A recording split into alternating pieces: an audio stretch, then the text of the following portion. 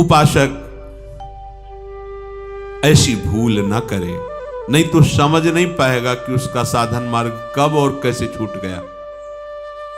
निरंतर रात दिन अपने भजन को ही संभाला करे। ऐसा भी नहीं होना चाहिए कि बहुत बढ़िया से भजन हो गया तो तुम भूल गए। बड़ी सूक्ष्म बात है। बहुत बढ़िया आपका दिनचर्या चल रहा है, कई घंटे भजन हुआ, अब आपका मन धीरे से आपसे प्रार्थना करेगा, देखो इतने घंटों से भजन कर, थोड़ी देर का अवसर दे दीजिए, थोड़ा हंस खेल लीजिए, थोड़ा मनोरंजन कर लीजिए, थोड़ा घूम लीजिए, इधर उधर देख लीजिए। आधी घड़ी भी यदि आपने ऐसा अवसर दिया तो ये मन सारे भजन पर पानी फेरने की कोशिश करेगा। इसलिए साधक को गंभीर रहना चाहिए। जैसे जैसे भजन साधन बढ़े वैसे वैसे गुप्त रखना चाहिए अपने हृदय के भाव को, आनंद की उमगन को गंभीरता और उदासीनता से। उदासीन अति रही गोसाई, बाहर से ऐसा लगे कि ये तो एकदम ना हंसता है ना बात करता है। उदासीनता, गंभीर, अंदर आनंद उमड़ रहा है, बाहर से गंभीर, भ्रकुटी तनी हुई, शांत। ये भजन की सुरक्षा है। बहुत सुकोमल पौधा है, आसपास कांटे की बाड़ लगाई जाती है, वो बाड़ अगर मजबूत लगी रही तो पौधा वृक्ष बन जाएगा। वृक्ष बन जाएगा तो कुछ हानि होने वाली नहीं, हजारों लोग विश्राम पाएंगे उस वृक्ष के नीचे। ऐसे अभी भक्ति का पौधा अंकुरित हुआ है। माया रूपी बकरी अगर चर गई तो अंकुरण नहीं हो पाएगा। तो हमें बाढ़ लगानी, गंभीरता, उदासीनता, स्वभाव दूर से ऐसा लगे कि बात करने का मतलब है ये कड़ुआ बोलेगा, ऐसा लगना चाहिए। हृदय में आनंद है, भगवद स्मरण है, पर आपका बाहरी स्वरूप कांटे जैसा होना चाहिए, आंतरिक स्वरूप गुलाब के फूल जैसा होना चाहिए। उपासक को यह सुरक्षा कवच रखना ही चाहिए। संसारी पुरुष अंदर कांटे जैसा होता है, बाहर गुलाब के फूल जैसा होता है। लगता है छू बहुत अच्छा, लेकिन छूओगे तो कांटे लगेंगे। उपासक बाहर से कांटे जैसा, एकदम उदासीन, स्पृहारहित, निरपेक्ष, लेकिन अंदर वो अनुराग रस से भरा हुआ है। कोई उसके अंदर का अगर स्पर्श पा जाए तो निहाल हो जाए। तो साधक को, साधु को आधी घड़ी के लिए भी आनंद में फूल करके कोई बर्ताव नहीं करना चाहिए। बहुत सुंदर। अब वो उसी समय कोई ऐसी बात करवा देगा, ऐसा दृश्य दिखा देगा कि वो जो भजन से आपकी आंतरिक उन्नति हो उसे रोक देगा, वो आगे विषय चिंतन कराने लगे। ये बहुत सावधानी की बात। एक क्षण में पूरे चिंतन को बदल सकता है, पूरे चिंतन को। एक वृत्ति आपको गिरा सकती है, एक वृत्ति, एक दृश्य। मछली की क्रीड़ा को देखकर इतना बड़ा महात्मा जो जल को स्तंभन करके जल में समाधि लिए हुए वो मानधाता की पुत्रियों से ब्याह करता है। बहुत सावधानी की जरूरत है। प्रायः यही देखने को मिलता है कि उपासक सत्संग भी करता है, पाठ भी करता है, नियम से भजन भी करता है, पर वो सावधान नहीं रहता है। ध्यान दीजिए, ये महापुरुषों के वचन हैं जिन्होंने भगवत साक्षात्कार किया है। प्रायः यही देखने को मिलता है कि उपासक, साधक सत्संग भी करता है, पाठ भी करता है, भजन भी करता है जो उसका नियम है, पर वो सावधान नहीं रहता। वो विषय सेवन की छूट भी दिए रहता है, असाधन भी करता रहता है। जितना भजन के लिए सावधानी चाहिए वो सावधान नहीं रहता। वो महत्व तो नहीं समझ पाया, वो विषय सेवन में गिर जाता है। इससे क्या होता है, भजन का संस्कार उसको ऊपर नहीं उठा पाता है, वो उसी धरा पे बना रहता है। अब वो रात दिन ये सब करने पर भी बहुत काल तक उसको कोई दिव्य अनुभूति नहीं होती, तो फिर वो निराश होते कि 20 वर्ष हो गए, सब कोई दिव्यता तो आई नहीं। कोई दिव्यता कैसे? चलनी में गैया तू है और दोष दैव का दे। असाधन कर रहे हो तो साधन कैसे तुम्हारे समझ में आएगी? ये भागवतिक साधन है, तभी समझ में आएगा जब सर्वतो भावेन एक रस में आ जाओगे। भजन महल से निक्षत राहे, रात दिन भजन, कामना ममता वासना सब जलकर भस्म हो गई, आनंद की बाढ़ आ जाएगी। पर आप क्या करते हैं? साधन भी करते हैं और असाधन भी करते हैं। असाधन छोड़ना होगा। कई बार बताया है, आप कोई ऐसी चेष्टा मत करो जो असाधन है। जानते हो आप ऐसी चेष्टाएं करते हुए, अगर हमारी बात को याद रखना, यौवन अवस्था में आप अपने को नहीं संभाल पाए तो वृद्धावस्था की आस छोड़ दो कि आप भजन कर लोगे और संयम में रह लोगे। ये बात याद रखना। अगर यौवन अवस्था में आप अपने को संभाल ले गए तो तुम्हें कोई भ्रष्ट नहीं कर सकता। ये बिल्कुल अनुभूत विषय है। जीवन भर साधक बन करके रहो, सिद्ध बनने की चेष्टा मत करो, अवतार बनने की चेष्टा मत करो। अपने को हे तीन भाव से देखो, निकल जाओगे भव समुद्र से। अगर इस अवस्था में आपने अपने को संयम में नहीं रखा, बिल्कुल आप संयम में, बहुत अनुभूत विषय है, बहुत से दृश्य हमने देखे, बहुत से। यदि यौवन अवस्था में आप संयमी नहीं बन पाए तो भूल जाना कि बूढ़े अवस्था में आप ठीक हो जाओगे नहीं। आज इसी क्षण इन असत क्रियाओं पर आप शासन कीजिए। ये आप जो ढिलाई कर देते हैं ये आपके लिए बहुत घातक होगा। निकल आए हैं फिर भी आप सकिल कर वहीं जा रहे हैं। प्रातः काल से लेकर के शयन तक आपको बिल्कुल सावधानी से समय बीते, इसका इनाम मिलेगा। ऐसा नहीं, इसका वो इनाम मिलेगा कि आप निहाल हो जाओगे। सदगुरुदेव भगवान ने एक दिन कहा, एक एक सेकंड का हिसाब होगा, एक एक सेकंड का। आप जो चल रहे हैं, कष्ट सह रहे हैं, भजन मार्ग में हर विकार के ताप को सह रहे हैं, ये आपका ऐसे नहीं, बहुत बढ़िया हिसाब होगा। बड़े उदार मालिक हैं, निहाल हो जाओगे।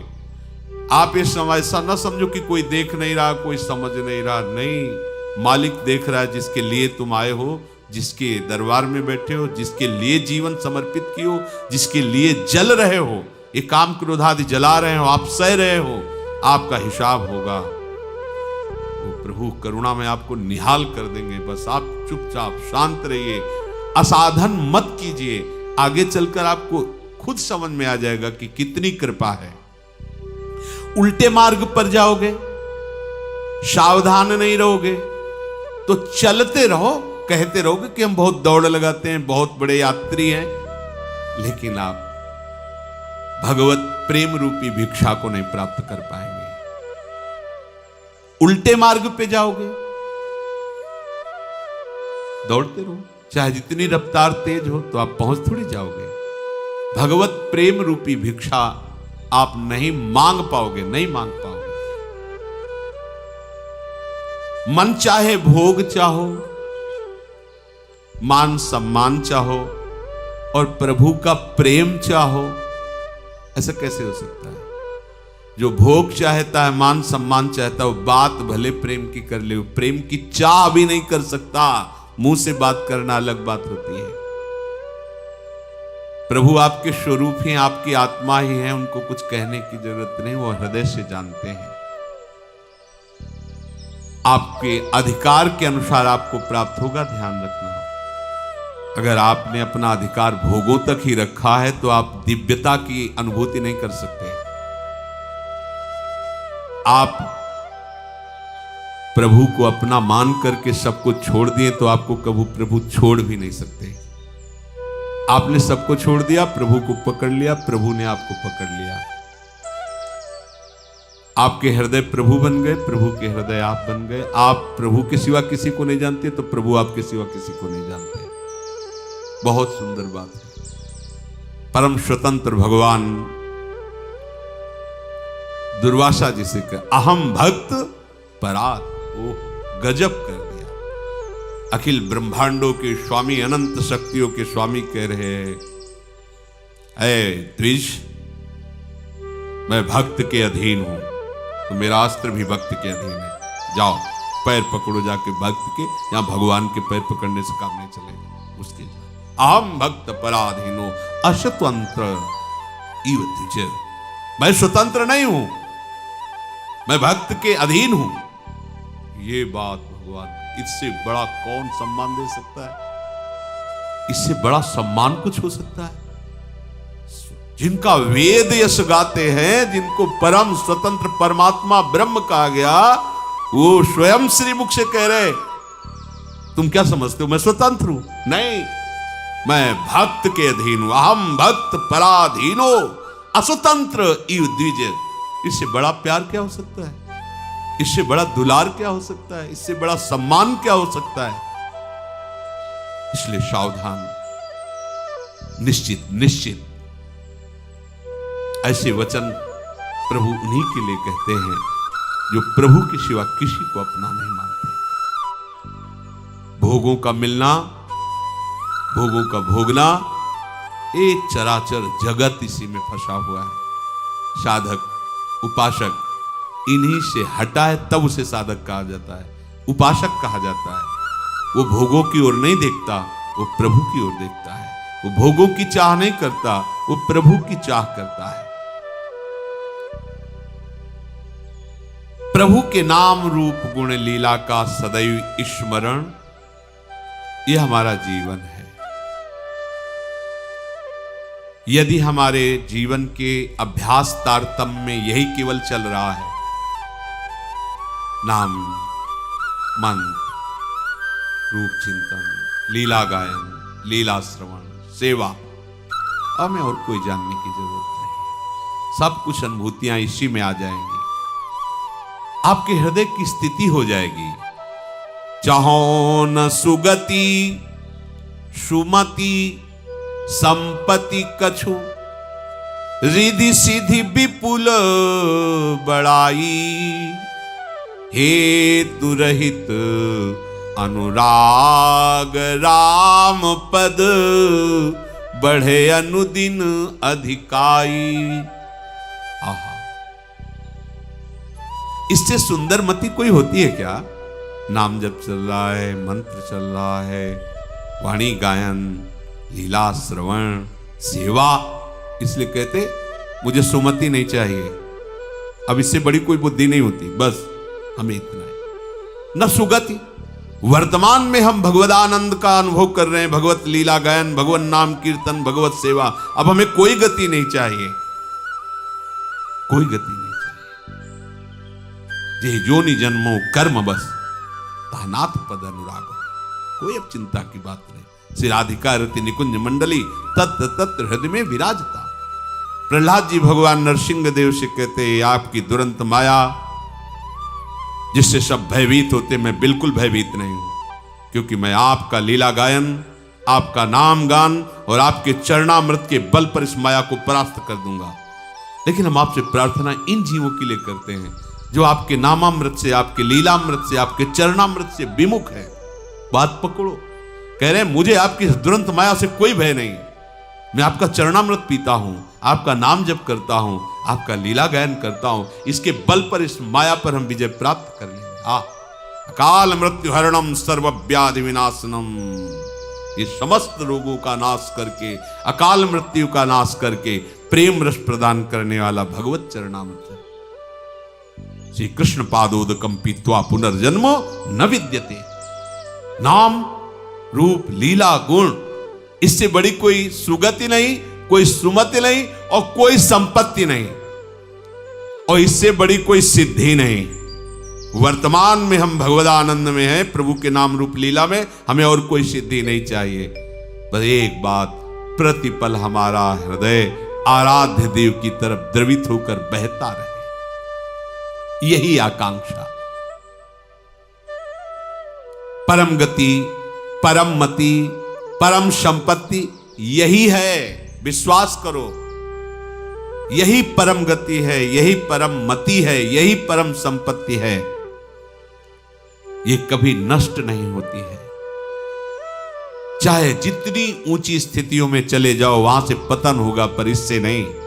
नाम रूप लीला धाम का निरंतर चिंतन। उपासक के जीवन में अपने सुख की, शरीर सुख की प्राप्ति के लिए कोई स्थान नहीं रहना चाहिए। ये एक बड़ा सूक्ष्म विषय है। अगर प्रेम प्राप्त करना है, इसी जन्म में भगवदानंद की अनुभूति करनी है, तो अपने इंद्रियजन्य सुखों के लिए कोई ठिकाना नहीं होना चाहिए। अगर है तो बहुत बड़ा घातक है।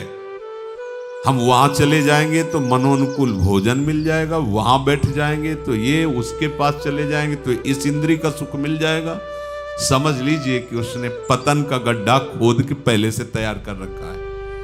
नष्ट कर दो उन संबंधों को, उन आश्रयों को जहां आपके इंद्रियजन्य सुखों का विलास मिलता हो। देखो, माता पिता परिवार के जब बहुत प्रसन्न होते हैं, दुलार करते हैं, तो जानते हो क्या देते हैं? सांसारिक भोग सामग्री।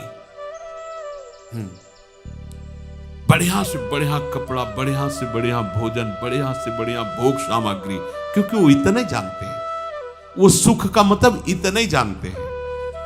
और जब सदगुरु का दुलार उदय होगा तो सबसे पहले इन्हीं पर प्रहार होगा, क्योंकि तुम जहां फंसे हो इनको पहले हटाओ, फिर आओ हम तुम्हें दिखाते हैं वो चिदानंद सुख जिसके तुम वास्तविक अनंत जन्मों से अधिकार है तुम्हारा, पर अधिकार खोकर भटकते रहे हो। जिस सुख के लिए, वो सुख तुम्हें दिखाते हैं। पर इसके लिए सबसे पहला प्रहार होता है राग पर।